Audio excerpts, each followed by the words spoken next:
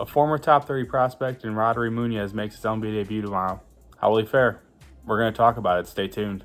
This is CrustyK with the Gold Boys Network here, coming to you with the MLB slate preview for April 20th. I want to give a quick shout out to our sponsor, Sleeper Picks, but more on that later. Let's jump right into it.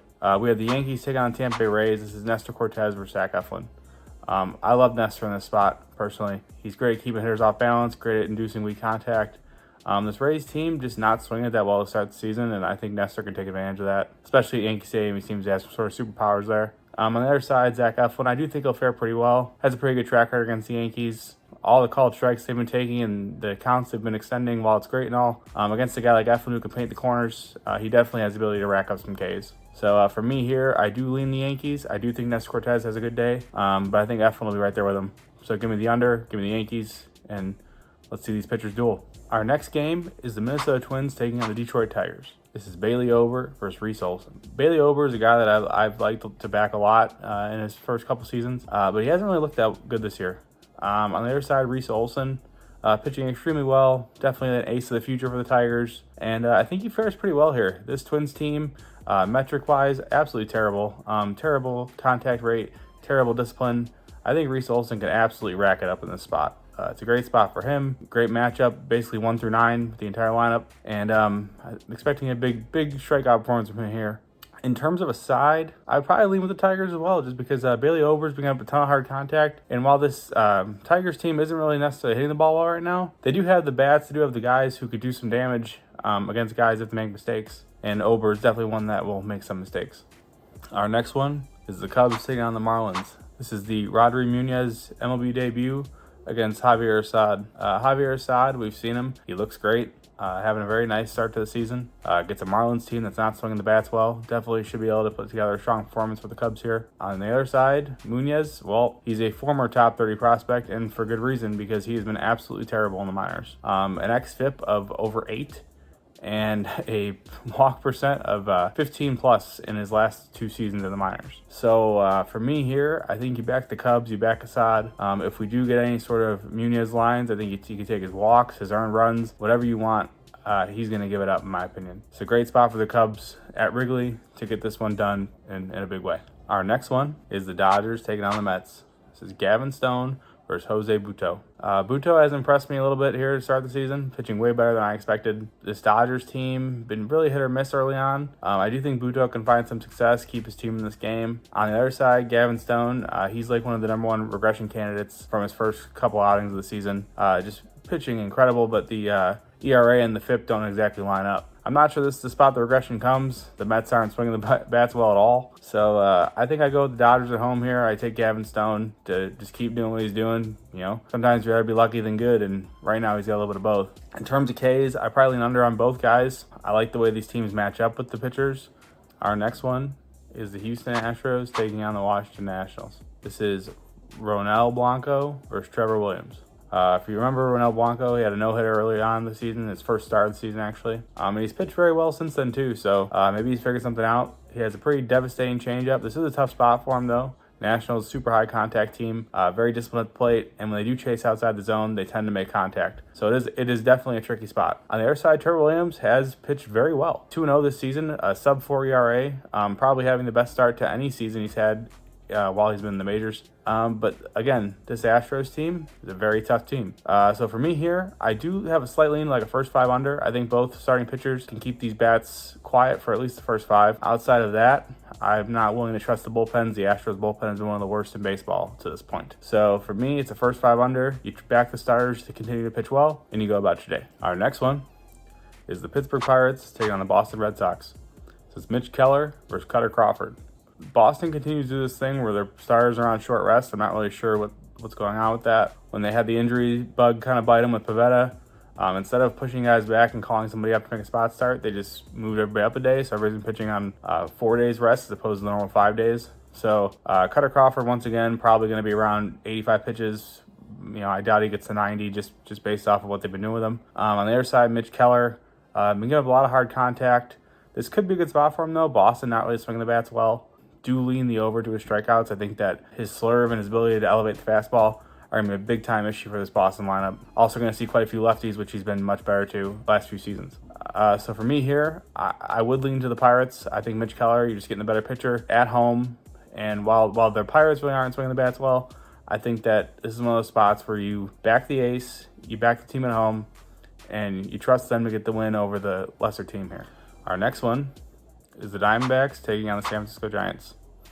This is Zach Gallen versus Kyle Harrison. Zach Gallen historically has absolutely owned this Giants team. It's a good spot for him. The strikeout metrics are a little crazy for them. They average a full 2 strikeouts less at home than they do on the road. So I'm not really running to back his strikeouts here. I would look to Gallen outs, if anything. Just expect him to dominate this lineup and pitch deep into this game. On the flip side, Kyle Harrison, he has pretty good stuff. His last start was not sharp at all. But I do believe that he can bounce back here. This Diamondbacks team, a little scary. They are hitting the ball extremely well against lefties. Not striking out a ton, but I do think that the quicker at bats and the Diamondbacks constantly putting the ball in play and not really having Harrison work deep into counts will work in his favor here. So for me, another spot where I really like a first 5 under. I think both pitchers pitch extremely well. And then beyond that, like I said, I don't want to trust the bullpens. So give me a first 5 under, a Gallen outs, and I think this one's tight. Our next one is the White Sox taking on the Phillies. This is Michael Soroka versus Zach Wheeler. It's a Zach Wheeler Philadelphia Phillies spot all day long. I said it before when this series started that the Phillies are going to dominate this series. They're playing an inferior team, and this is one of those ones where you just go in, you win the games you're supposed to win, and you move on. The White Sox, surprisingly, haven't been that bad metric-wise in terms of strikeouts. A little better than I anticipated, but I do believe that Wheeler is absolutely going to dominate this lineup. You have probably 5 or 6 guys in this lineup who wouldn't be in the majors if it wasn't for the White Sox. So give me Wheeler Ks, Wheeler outs, Phillies run line, whatever it may be. The Phillies dominate this. Soroka giving up a ton of hard contact. He's going to face a ton of lefties in this lineup, and they're going to have their way. So, like I said, Phillies run line, team total, however you want it. Take the Phillies and make a whole bunch of money on this game. Wait, before we get back to the picks, I wanted to thank you all for watching. Friends don't let friends watch videos without hitting the like button. So go ahead and press the thumbs up button and like the video. If you're new here and not subscribed, you should go ahead and do so because we're dropping new content each and every day on the Gold Boys Network. We strive to cover every sport and give out picks and analysis and valuable information for free on the Gold Boys Network. So make sure you're subscribed and hit the bell so you can get notified when we drop something new. I'm Brad Thomas. Let's get back to the picks.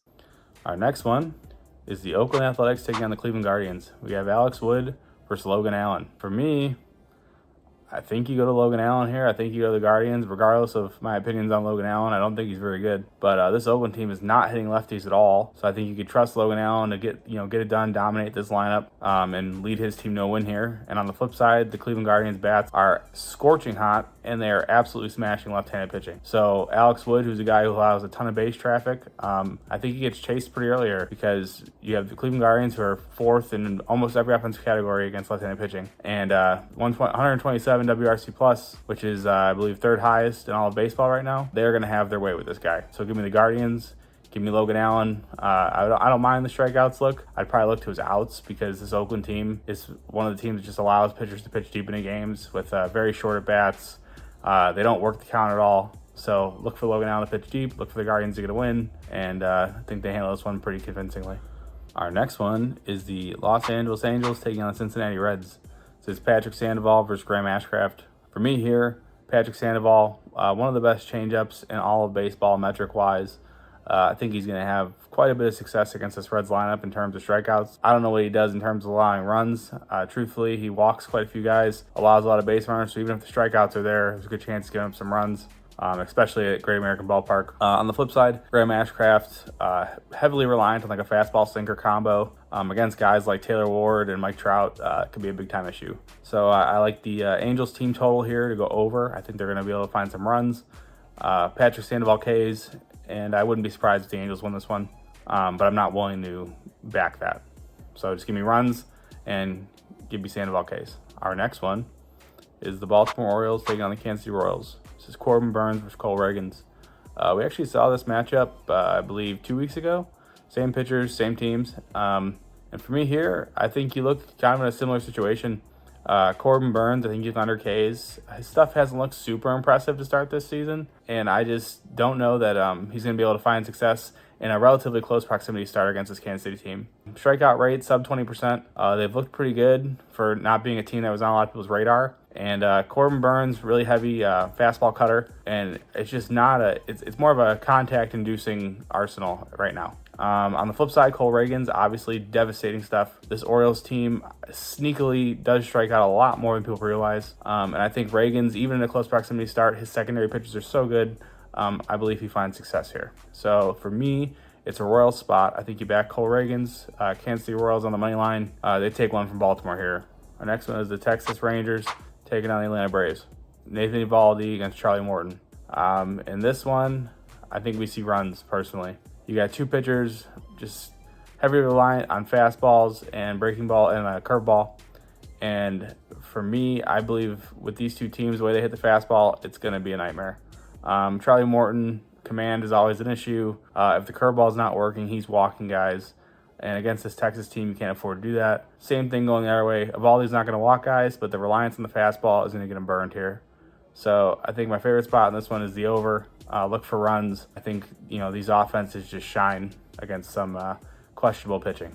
Our next one is Miami Marlins taking on Chicago Cubs. This is game 2 of the doubleheader. It's Jesus Luzardo versus Shota Imanaga. Imanaga, still to this point, has not allowed an earned run through 3 starts. He's been outstanding, and I don't expect it to change here. Marlins team not hitting the ball well, as I mentioned earlier, particularly not hitting the ball well against left-handed pitching. So in game 2 of doubleheader, regardless of what happens in game 1, I believe Shota dominates this start, takes care of an inferior lineup, and just continues the streak that he's on. On the flip side, Luzardo, in game 2, I think he deals, truthfully. You're going to get a Cubs team, off of one game, and then could see some of their lesser guys off the bench, and I just think Luzardo's going to dominate that lineup as well. So give me the under. Give me both pitchers to handle business. I wouldn't mind looking at either of their Ks in here. I think they could both run them up. Our next one is the Seattle Mariners taking on the Colorado Rockies. So this is Luis Castillo versus Dakota Hudson. This game was rained out yesterday, so it's a makeup game. Castillo, even at Coors, with his ability to run it up on the fastball, I think he absolutely racks up Ks in the spot. This Colorado team has been a nightmare discipline-wise. They chase outside the zone. They don't make contact within the zone. Metrics are terrible. So give me Castillo Ks to the moon, as high as you could take it. I wouldn't be surprised. He's going to pitch deep into this one. He's probably going to flirt with double-digit Ks. And give me Seattle to handle business here on the money line, run line, however you want it. This is a Seattle spot for me all day long. Really quick before we get back into the games here, I want to give a quick shout out to our sponsor, Sleeper Picks. Use code GOBOYS for a first-time deposit match of up to $500. Let's jump back into it, though.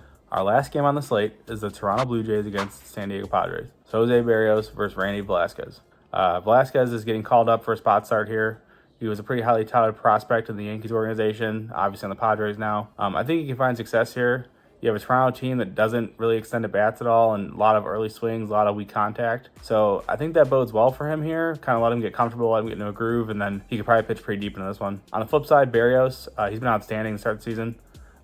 Extremely tough matchup, though, this Padres team. A lot of firepower in that lineup. Good thing is he doesn't walk anybody, but the problem is because he's always around the zone, he can get tagged if he makes a mistake. So for me here, I do lean the Padres at home, as much as I like Berrios. I just think it's a tough spot against this lineup for him.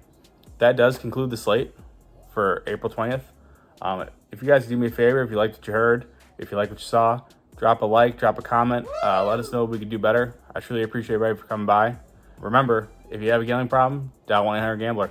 Thanks, guys.